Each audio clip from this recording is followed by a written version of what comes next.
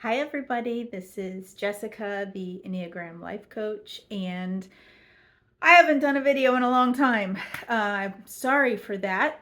As you can see, I am now no longer sitting in my Oregon tiny home. I'm now in my Florida normal size home. Yay for sunshine and a little bit more space. And Happy New Year 2026. So this is the first video I've done for 2026. Again, I apologize for the hiatus, but it was because of the traveling. But now that I'm home, there should be more regular videos coming out. And this video today is going to be the subtypes for the Enneagram body types, which if you go back and watch my last two videos, they were for the heart types and the head types, but I never did the body. I sort of left you hanging. So here we are, and today that is what we will go over. So just as a recap, what we're talking about here, each Enneagram type has 3 versions of that type. Most of the work here has been done, well, it was originally done by, I think Naranjo did a lot of the original work on this. Most recently, the most in-depth work has been done by Chestnut, and now Chestnut and, what is it, Paez is his last name. So that's basically the source for a lot of this information, but a lot of the information I'm telling you is it's sourced that way, but it's also sourced through people I know and love and coach who are these same types. So we're going to talk about the body types today. So this is Enneagram types 8, 9, and 1. And as a reminder, our subtype, or sometimes they're called instinctual subtypes, they flavor how we show up, possibly in some ways even more significantly and more fundamentally than our actual Enneagram type itself. And let me just give you a little logical experiment here. Some people will say that your subtype is even, like I just said, is even more important than your Enneagram type in terms of your relationships and how you get along with people. And then other people say, well, I don't know, Enneagram type is pretty important, and it certainly is. But let me tell you about my own life, because I've mentioned this before, but once I realized my subtype, I'm a type 7, but when I realized what kind of type 7 I am, I realized that all of my closest friends and family members are the same subtype, and their Enneagram numbers range all the way through all 9 types. So in other words, my own personal experience, and of course yours could be different, but I mean, I married somebody with my same subtype. Both of my parents are the same subtype. That's just a coincidence because obviously I didn't choose my parents. But then all of my closest friends. And so I think there's something to be said for that. Just in lived experience, I have noticed, I mean, now that I know that's a thing, I try to expand myself. For instance, when I'm around other people who clearly are not coming from the same subtype that I am, because, well, that's what Enneagram helps us do, right? Expand out to new ways of being ourselves. But before having that knowledge, I didn't know why it was that I was attracted to certain people and sort of repelled by other people. And now, and it's not because of their type, because I love people of all Enneagram types and have good relationships with people of all types, but it had to do with the subtype. So for me, this was really key information. Okay, so let's start with the body types. These are Enneagrams types 8, 9, and 1. So type 8s. And as a refresher, our subtype, or our instinctual subtype, is how do we respond to the sin or the passion of our type? So when we're looking at type 8, the sin or passion at type 8 is called lust. And excuse me, it's not necessarily sexual lust. It could be that, but that's not what we're talking about. We're talking about more of a voracious lust in all things for bigger, better, louder, more, power, control. And don't take that in a bad sense. It can also be, you know, 8s are very judicial, and they are trying to, all body types are subconsciously focused on injustice in the world. And so the way it would appear to a body type, an 8, a 9, or a 1, is that they are trying to be good, and they are trying to make sure good overtakes evil, however they see that. And so when I talk about them having a lust for influence or power, it's because from their view, they have some kind of goodness to offer. And they believe that it is like their job, their task, their responsibility to share that goodness and to protect, right? Eights are very protective of the people they love and care about the most. So when we talk about type eights, how do they deal with their lust? Well, the self-preservation eight, and the word for that one is satisfaction. The self-preservation eight deals with her lust by satisfying her immediate needs for survival herself. This person is a very five-ish looking eight. They look like an Enneagram Type 5, which is pretty quiet, secretive, not showing their cards, not really telling people. They are strategizing about how they're going to get what they need to survive, because that's what the self-preservation types of any Enneagram type are basically focused on. But when it comes to the eight, they're not going to share what they're doing with other people. They're kind of quiet, doing this under the radar. But they are very focused on that, but they're doing it under the radar. So eights are not as chatty as the other types of eight. They have a focus on lusting over what they need, and that usually has a material twist to it. So and often financial, but it's like what they need for their home, what kind of food, what kind of work they need. It's like tangible firsthand things that they are very focused on. I'm reading actually from my book, Enneagram Grace, sold on Amazon. The back of my book, I have my notes on this, so that's what I'm looking at today. They have well-supplied territory with sufficient provisions for themselves and also for the people they love. A lot less talk and more action than the other two types of eights, in the sense that they're not going to talk as much. They are not as social as the other two eights.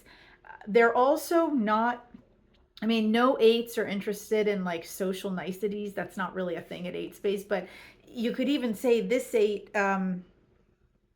they're just not concerned about that. They'll take what they want now. And because of their focus on their immediate needs, they can be seen sometimes as excessively selfish. Okay, the next type of eight is the social eight. Now, this is the counter type, or this is the puzzle type that doesn't exactly look like an eight. So these people from the outside don't look like eights. And even I've coached some social eights who can also struggle to see themselves as eights, because remember, social for all Enneagram types, if self-preservation types are selfish, true, sorry, busted. But when we come to social types, they have a God complex. Okay, no matter what your Enneagram type, if you're self-preservation leading, people will see you as selfish. If you have a social lean, people will see you as having a God complex, a savior complex. You somehow believe you have superior information, or you are superior, or you have the means by which you can fix everything. And that's what's happening here with the social eight. But because they are so focused on helping everyone else, they lose focus on themselves, and they might not take care of themselves in significant ways that are not good, that have other long-term implications. But they can also exhaust themselves, almost similar to how a two is constantly helping. The social eight really helps a lot. So their lust is for helping, and probably a little bit of that is for getting the influence, whatever that means, the power or the influence that they obtain by being helpful. So if you are an eight, if you are a social eight, it might be hard. You might not resonate with, well, I don't lust, I'm giving. Okay, but you can be the social eight, and the lust is for the giving. The word there is solidarity. That's because this type of eight will generally stand in solidarity. All eights like underdogs, but this type of eight really leans into that desire to help and stand with the underdogs, and that's the solidarity. Their lust is in serving others. This type is often called the social antisocial, because eights aren't really that social compared to other Enneagram types. Eights, they're more autonomous. Eights are not so concerned about they're definitely not concerned about gossip or riffraff or like eights are bottom line thinkers, big picture thinkers. They don't want to know about all the drama. The eights definitely don't want a lot of drama. So, um, so you don't really think of them as very social because they're not really going to do social exchanges, or they're definitely not usually very in touch with their own or other people's emotions or how their actions affect other people. So social is usually not a word used to describe eights, but this social eight is sometimes called social antisocial because ironically so much of their big energy is towards helping others, but at the end of the day they're still not social like you would think of a social person, but they do spend a lot of time helping. I am so not trying to be political. I'm just trying to make a point. So everybody take a deep breath. I'm going to drop a name for the sake of example. And I'm not saying good or bad, but what I want you to look at is Elon Musk as a type 8. And I don't know, I'm pretty confident he is a type 8 because I've read his biography. But also, I don't know if his dominant instinct is social, but I will say if you listen to the things he does, he will often talk about, and if you hear his explanations for why he does the things he does, it's because he often believes he's the chosen one to remedy an otherwise catastrophic situation for humanity. So you can see this originally, his plan to go to Mars. Why does Elon Musk want to go to Mars? Well, he wants to go to Mars because he believes that as has happened in the past, an asteroid might hit Earth again and kill all life on Earth, like it did the dinosaurs. And so he is concerned, or almost all life on Earth, not all life. But he is trying to, he says, okay, well, then I'll build rockets and I'll get humans saved, right? I'll be the one who saved the humans. Or when he bought Twitter, right? He felt like free speech was being jeopardized. And then he, like, for whatever reason, because it's not clear to me that I would have felt this way, but he has the means, he has the financial means, and then he took it upon himself. Oh, well, then I'll buy Twitter and I'll help free speech. Right? And he does this again and again and again. Starlink, right? Anytime there is a natural disaster, what does he do with Starlink? He makes it available in that area for free. So here you see, and again, I don't know that he's social dominant, but he definitely has a high social instinct. Whether it's his first place or second place, I don't know. But you see that whenever something comes up, he sort of just assumes that it's his to fix. And so that's the solidarity thing that happens with type 8s. Okay, and then the sexual 8, this person, the word for this one is possession.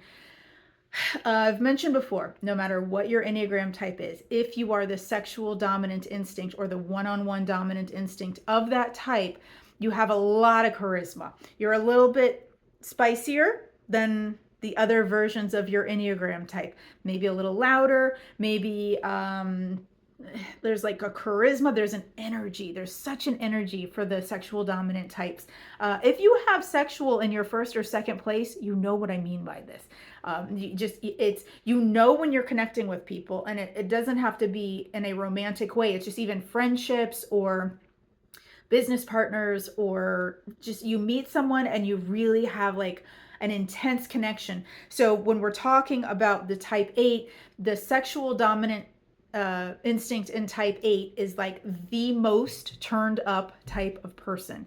And that's because 8s are bigger energy and like sort of more charismatic, very high in trait extroversion, really self-confident, really self-confident.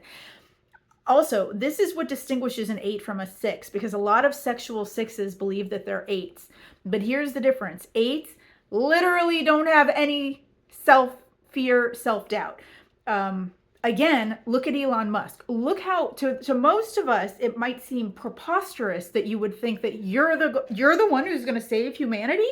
You're the one who's going to save free speech. You're that? Oh yeah, that's me. Yeah, totally, it's me. Like, it's amazing. Now that's a gift, and I bless that gift in 8s, and thank God for that, because 8s will stand on the front lines and take the hits that the rest of us are too scared to take. But the sexual 8 is the loudest and the most charismatic. And this is an 8 who's almost over social. The sexual 8 loves putting out his vibes and his energy, and he wants to connect with people and be an influencer and have a lot of friends. The word here is possession. That's the word for this subtype. Possession here meaning they want to have all the energy in the room, that everything revolves around them. When I show up, that's when things start happening. Now, of course, this is subconscious. They don't realize that.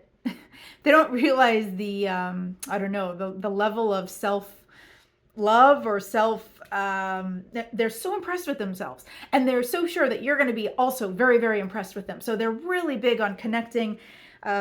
This possession is like the dynamism that they have. Now it's also over their primary partner. Okay, their romantic partner. There's a possession that goes on there. It's almost like this is how the sexual 8 loves their partner, is by kind of controlling or possessing them. That's hard to not think of in a negative way, but I want you to not think of it in a negative way. I want you to think of it. It can be negative. If the 8 is unhealthy, this can be this is, of course, is unhealthy. But when the 8 is a healthy person, connected to the God of their understanding and walking in the Spirit and being guided by love, their possession of the person, it honestly is a good-hearted thing. And it's just wanting to be really intense with their partner, and wanting their partner to rely on them for all things, and wanting to protect and provide for their partner in all things. This one will actually surrender to their partner, which surrender is a hard word for point 8, but the sexual 8, even though they are dominating others, when they really do love you, they will submit to you on certain levels, which is a big thing for them. This type of 8 is the peacock, right? Showing their feathers. The sexual 8, bonding is strength for them. So they're trying to bond with people because it sort of like increases their energy supply. And they're also very provocative, and also the most antagonistic of the 8s. Okay, 8s are not known for being people pleasers or high in trait agreeableness, but the sexual 8 is sort of the most harsh, the most inconsiderate could be a word. They don't care for niceties, and they don't want to care for niceties. So even if you said to them like, "Gosh, you come across really harsh," okay, so deal with it, right? Like that's just not their thing. But all 8s, no matter what their subtype is, are interested in doing good things in the world, doing big things in the world, and doing these things to bless and to protect and to serve and to help the underdogs and the people they love. That is the world of point 8. Okay, let's look at 9s. Type 9s also body types. And so when we look at point 9, what we have here as the vice is sloth, or sometimes it's called laziness. And so when we look at subtypes, it's how the laziness of type 9 reveals itself depending on the subtype. So when we're talking about a self-preservation 9, the word is, I should know this. I do know it. I'm being lazy right now. Appetite. Appetite here meaning, again, all self-preservation types, no matter what your Enneagram type, are mostly focused on practical daily needs. And this type of 9 is the most practical of the 3 9 subtypes. She is concerned with getting her daily needs met, getting her daily bread, doing her daily shopping, doing her daily exercise, very routine. And it's sort of like these routines that she does every day. It's like clockwork. The self-preservation 9 does these same things every day. And it's almost like they're a stand-in for her actually taking care of herself. So, the sloth at point 9 is, I don't do what I need to do for myself and for my life. I don't pay attention to my needs, to my wants, to my desires. So how do I divert and distract from what I really should be prioritizing or taking right action towards, which is my needs, my wants, my desires? Well, if it's a self-preservation 9, she says, subconsciously, she says, I will distract myself by doing things that help my self-preservation, exercise or shopping or eating or crossword puzzles, or it's like a fun, comforting behavior that the 9 does on a routine basis, and it's a fill-in for actually doing what they need to be doing for themselves. It's little things. Oh, this 9 is the most down to earth and grounded. Some 9s are more ephemeral and metaphysical. This one is like practical. This is the practical 9. They're eating, sleeping, shopping, taking care of themselves with these activities. But also, this 9 is the most playful and very funny. The self-preservation 9s are hilarious. I've worked with several, but also I have several close to me in my family, and they're really a hoot to be around. Sometimes the fun can also be a substitute here for the actual self-work, but let me tell you, they're fun to be around, that's for sure. The social 9, this one is really, this is funny. This is the counter type or the puzzle type of 9. So this type of 9 does not look like a 9 because she puts all of her energy into the groups that she's a part of. That usually manifests at work. So this type of 9, the social 9, can look like a workaholic, which is crazy for somebody who suffers from sloth.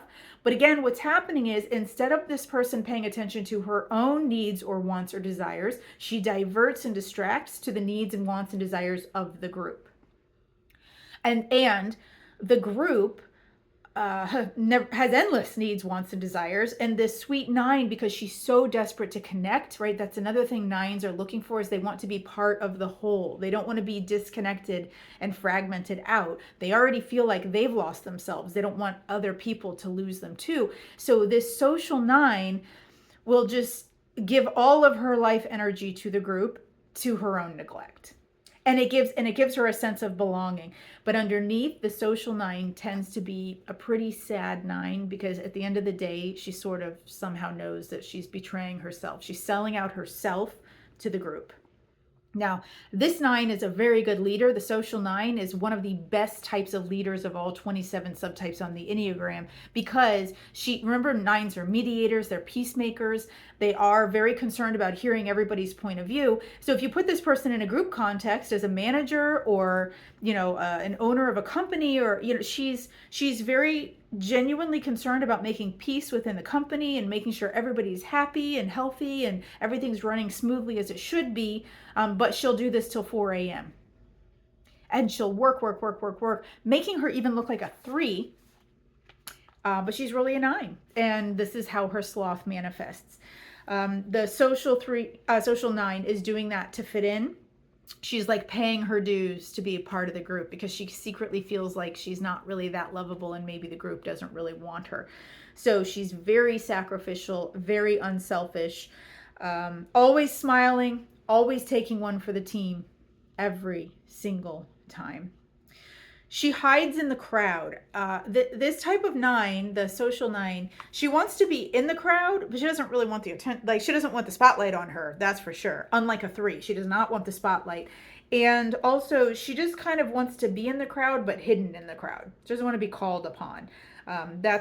She doesn't really want to commit. It's funny because 9s are very, when they're not awake, they're not really that concerned with participating or committing. But they're showing up in the group to look like they're committing, but they're really not. Or they might go to a baby shower and they show up at the baby shower, but they're really not talking to people at the baby shower or interacting. They're kind of a wallflower. And 9s are a withdrawn type, so that's not unusual for them to be background types. And then the last 9 is the sexual or one-on-one 9, and the word here is fusion or merging.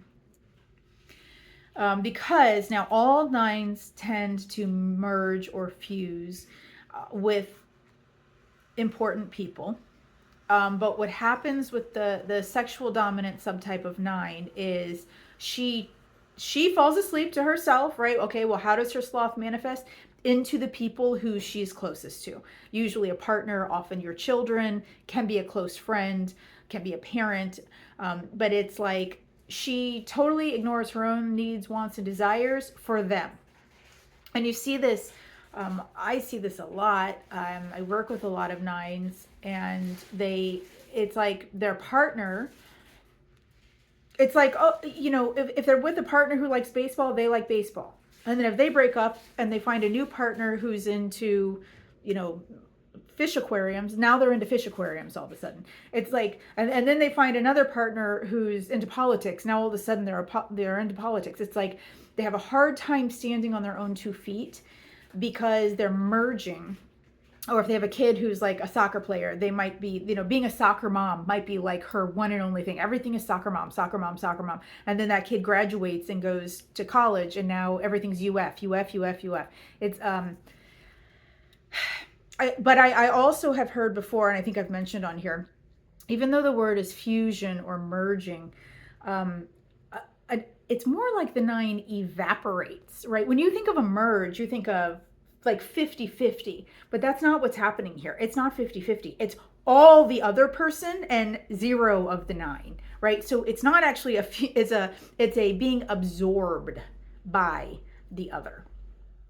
Boundaries are non-existent with this type of 9. And so all of them are sad. Every Enneagram subtype is sad. What I'm saying is it's heartbreaking how we all get ourselves in these traps when we don't know that this is what's happening to us.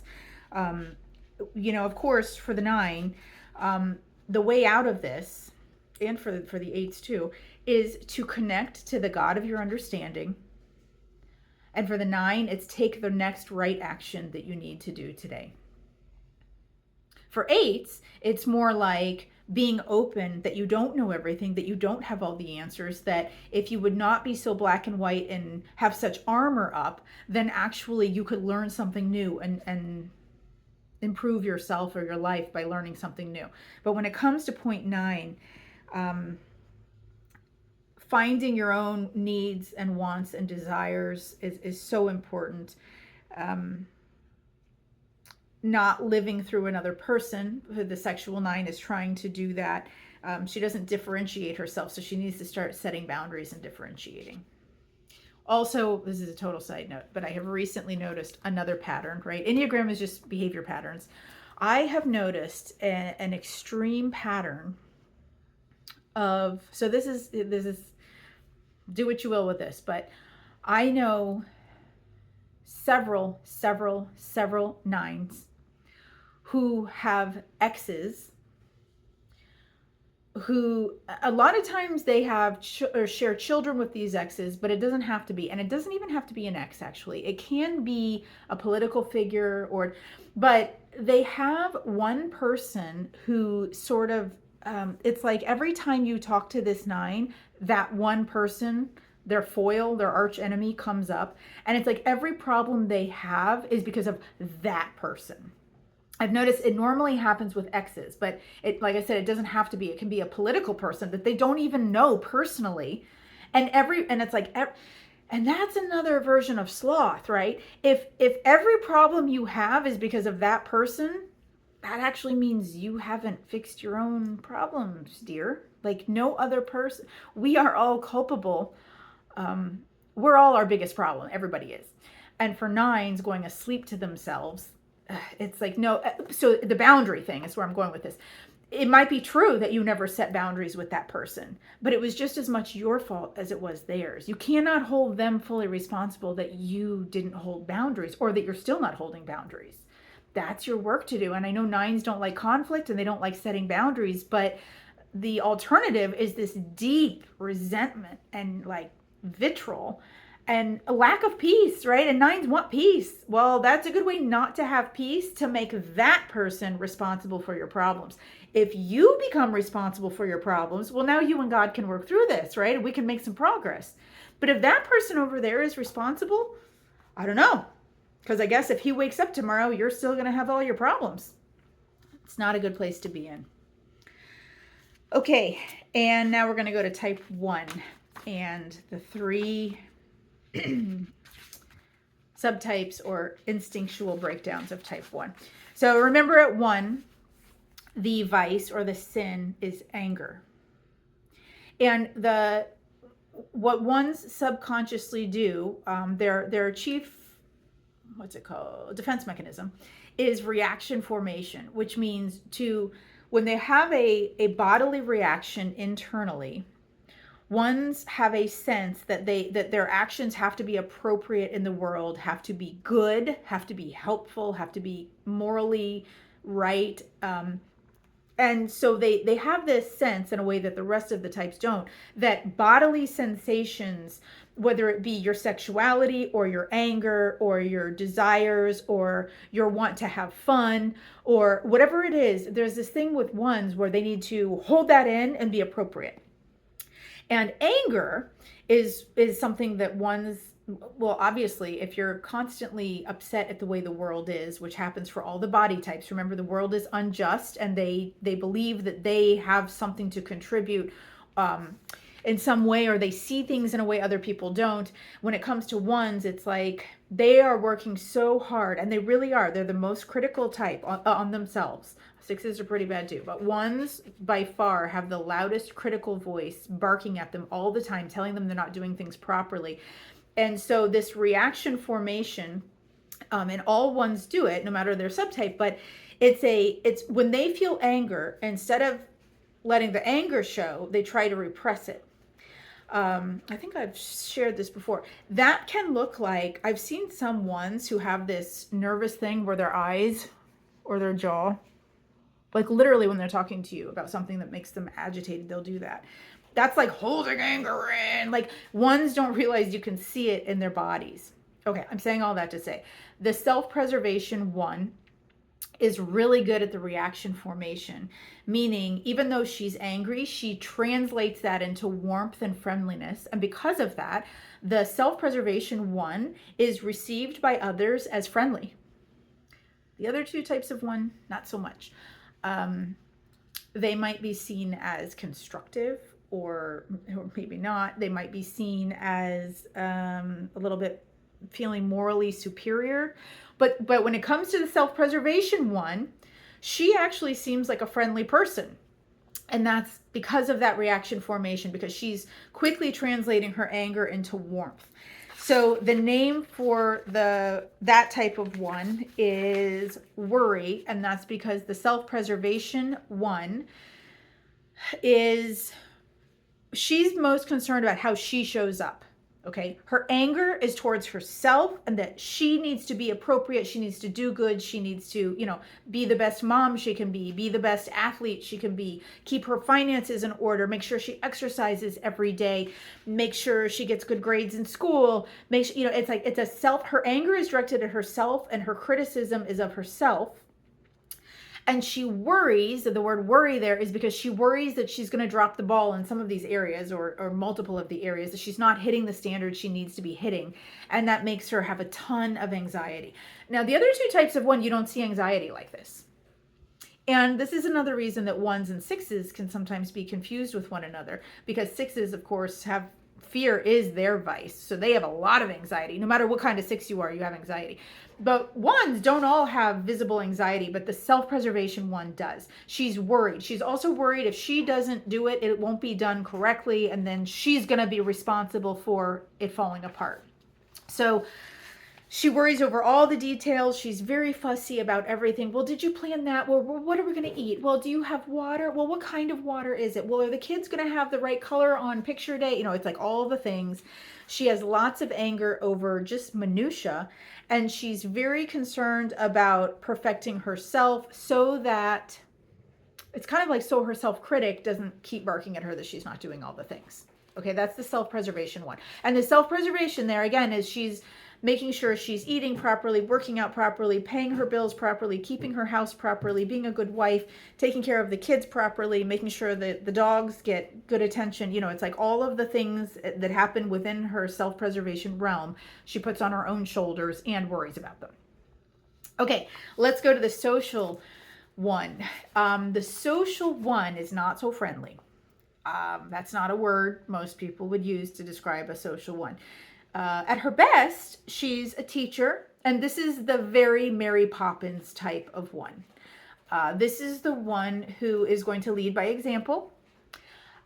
This type of one, the social one, okay, remember all social types have a little bit of a God complex, and this is no exception. So she's going to be the perfect example, and she's going to do it right. And her actions, she might talk about doing it right, but she's actually going to live that out. So that's good. Cheers to that, right? Like she doesn't say one thing and do another. Like if she's saying it, she's doing it. The issue with it, where it starts disintegrating at unhealthy levels, is she's very rigid and she does not conform to anything. And some of the ways that she believes things should be done in this world are not very, they're not based on anything substantial. It's just her feeling of right versus wrong. Now, she might give you some reasons, but I'll give you an example. I know I know a social one who believes that it is only appropriate for women to wear small earrings, and if you wear larger earrings, that's a reflection of your moral state.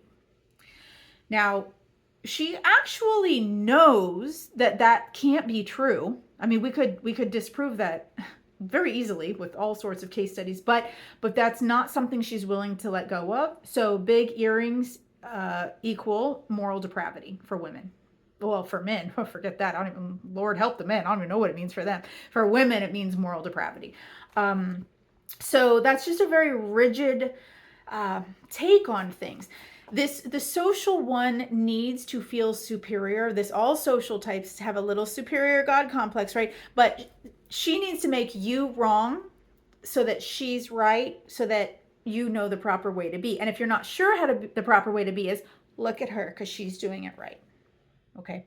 So the anger is being fused into making sure that her behavior is the best of the best of the best, and that she cannot be at fault for not doing anything properly because she is always doing it properly.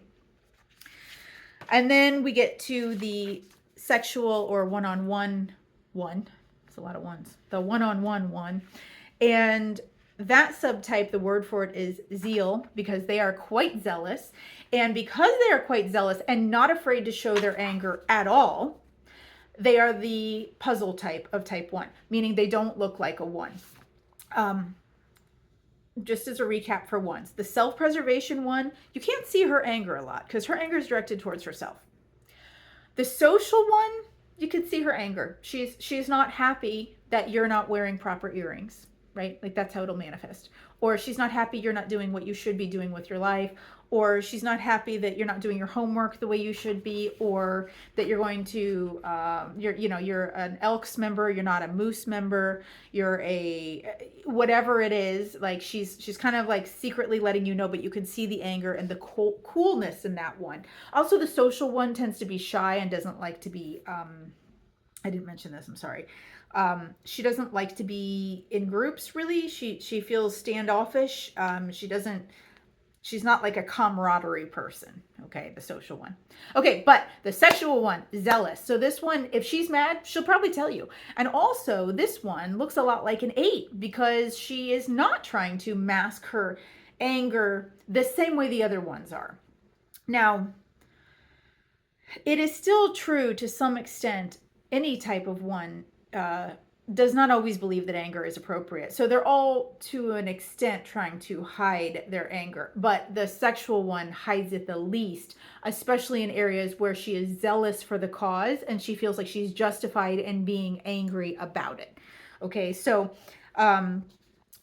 also, there's a lot of jealousy that happens with the sexual one. Now, I've mentioned before, any sexual type for all 9 Enneagram types, if that is your dominant instinct, people possibly will see you as spicy, turned up, and even you probably do get jealous. You get jealous when people you love or when your partner is connecting with other people and you're not the one connecting to them. That makes you jealous. So this one definitely experiences jealousy. She can be explicitly angry. Again, I'm reading right out of my book. She's reforming. Oh, this one, Her anger is reforming the other, the people that are close to her. That's who she spends her time reforming. It's not the self-pres one is trying to, correct herself. The social one is kind of trying to make more of a social statement. The sexual one is trying to correct the people who are closest to her. And if she has a partner, most likely her partner is the first and foremost recipient of that. Trying to change her partner to reform her partner to be what she believes would be a better way of being for her partner. Also, please note, partner doesn't have to agree to this. This is, all of the dutiful types. That's a whole other thing we've talked about. But the dutiful types will engage you in a contract that you never agreed to be engaged in, but they believe that you somehow have to do something. And they don't do that on purpose. But 1s, 2s, and 6s are the dutiful types. They often live within this framework of, I do this, then you do that. But the only problem is the rest of us don't know the part we're supposed to do. And if you are ignorant of that, you can receive their wrath for being so stupid as to not knowing what's obvious for you to do. So the sexual one, she's very angry that partner and people close to her are not correcting and reforming their ways because she has a higher understanding of how they should be. And so it would be better if they would listen to her and reform themselves accordingly. Okay, a few closing statements here. One thing is, please remember, all of us can go to all of the numbers in theory, but each of us does go to at least 5 of the numbers very easily and naturally. So every type connects to either 8, 9, or 1. So no matter what your Enneagram type is, you connect to one of the 3 types I spoke about today, which means when you move into that space, whatever your dominant instinct is, you look like whatever I said for the dominant instinct of that type. Okay, so I'll give you an example. I am a self-preservation 7. That's my dominant. So when I go into one space, for better or for worse, because you can, depending on your personal health, when you move into other numbers, it will look a certain way. So when I shift into my 1 space, I look like that worry that I talked about. And I get very anxious that I am not running enough miles every day, that my house isn't clean enough, that I'm not eating healthy, that maybe I should be giving more to charity, that maybe I should balance my credit cards and just make sure I don't owe any money, making sure my garden is trimmed, making sure I've read, because I try to read every day, certainly do my prayer in the morning, right? I never neglect that. It's all self-directed. And if I don't do those things, there's a little bit of a sense of catastrophe that could happen. Now, I'm a 7. I don't even worry that much really as a 7, but if I go into my 1 space, sometimes I do. So no matter what your type is, every Enneagram number that's not a body type, so 2, 3, 4, 5, 6, and 7, all connect to either 8, 9, or 1, or multiple of those types. So something I said today is relevant to you. So please don't use this as a weapon to like beat up people that are those types. Use it as a mirror. Where am I doing these things? Because I can promise you, if you connect to that type, you're doing it, you're doing it, you're doing it, I'm doing it, you're doing it, we're doing it.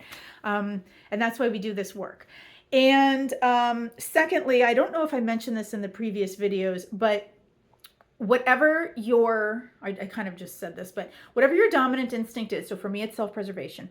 That means any number I go to, whether it's a wing or a path or my trinotype, I will show up as the self-preservation version of that number.